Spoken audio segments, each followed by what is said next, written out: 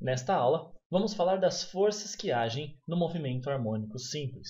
Qual é a relação da força com a aceleração do corpo em determinado movimento? Essa é uma aula muito importante para você entender alguns conceitos que virão a seguir da dinâmica do movimento harmônico simples. Essa é mais uma aula de MHS da física. Para que você entenda essa aula com uma maior facilidade, vamos dar uma ideia do que é um movimento harmônico simples. E essa é uma aula que já foi discutida, mas para que fique fácil de você entender a partir daqui.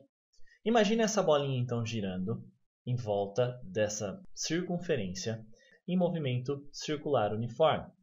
A sua velocidade é constante. A abreviação de constante aqui, CT. Então, essa bolinha girando sempre em movimento constante, nós vamos olhar não para ela girando, e sim para a projeção dela em cima desse eixo que nós vamos chamar de eixo X. Perceba que essa bolinha, a projeção dela, ora está aqui, ora está aqui, ora estará aqui quando ela estiver nessa mesma visão. O máximo que ela chegará será nesse ponto extremo aqui da posição inicial, tomando aqui como a posição inicial de referência. O movimento de baixo, ela voltará por essa trajetória.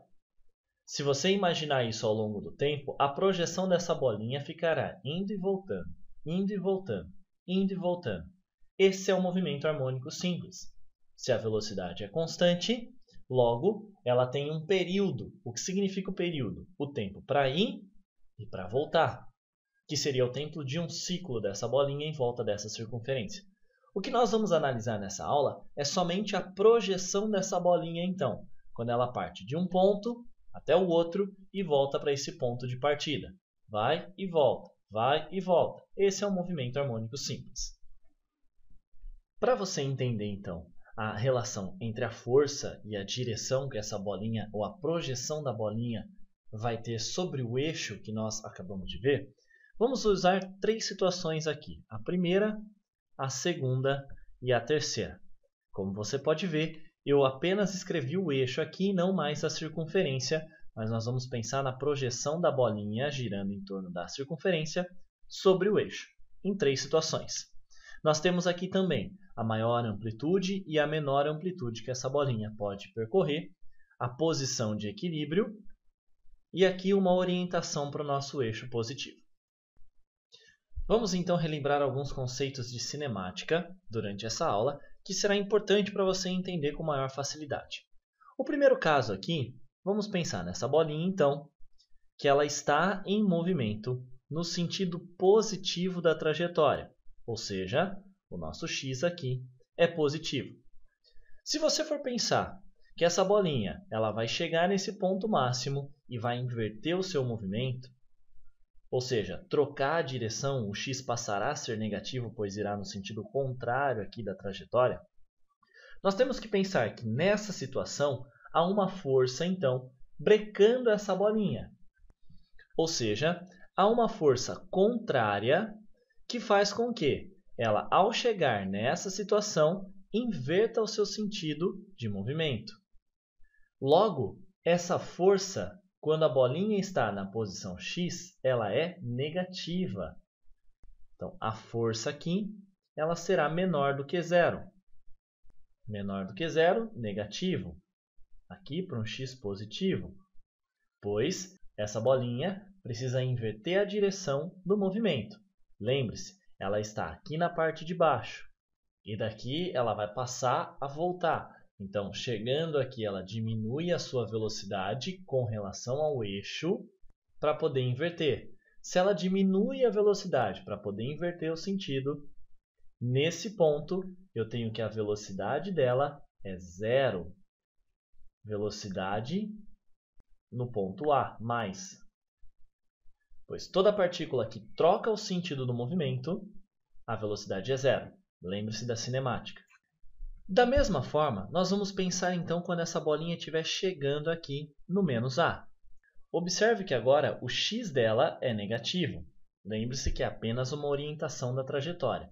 Então, x é negativo agora. Essa bolinha, ao chegar no menos A, inverterá a sua orientação, ou seja, passará a andar no sentido positivo da trajetória.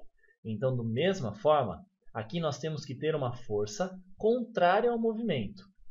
Essa força, então, nós escrevemos contrária ao movimento, ela será positiva. E, de novo, a velocidade no ponto A- será de 0 metros por segundo. Então, aqui a velocidade é 0. Aqui também a velocidade é 0. Um terceiro caso é quando essa bolinha passa exatamente pelo centro aqui da circunferência, lembrando que nós estamos falando da projeção, onde ela passa com a sua velocidade máxima. Nesse instante, quando ela passa com a sua velocidade máxima, nós temos que o x é igual a 0. E nesse instante, não tem força sendo aplicada para nenhum lado, pois aqui ela ainda não começou a inverter o seu sentido de movimento, ou brecar, vamos dizer assim, com relação à projeção. Então, nesse instante, se ela não tem força agindo, a sua aceleração é 0, a força, consequentemente, é 0. E nesse ponto, nós teremos a velocidade máxima. A partir do instante, então, que ela passar para o lado positivo, uma força contrária age. Na volta, assim que ela passar para o lado negativo, uma força contrária age.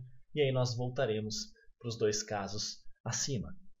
Essa força ela tem diversas características, ou ela pode ser de diferentes natureza, como nós veremos a seguir nas próximas aulas.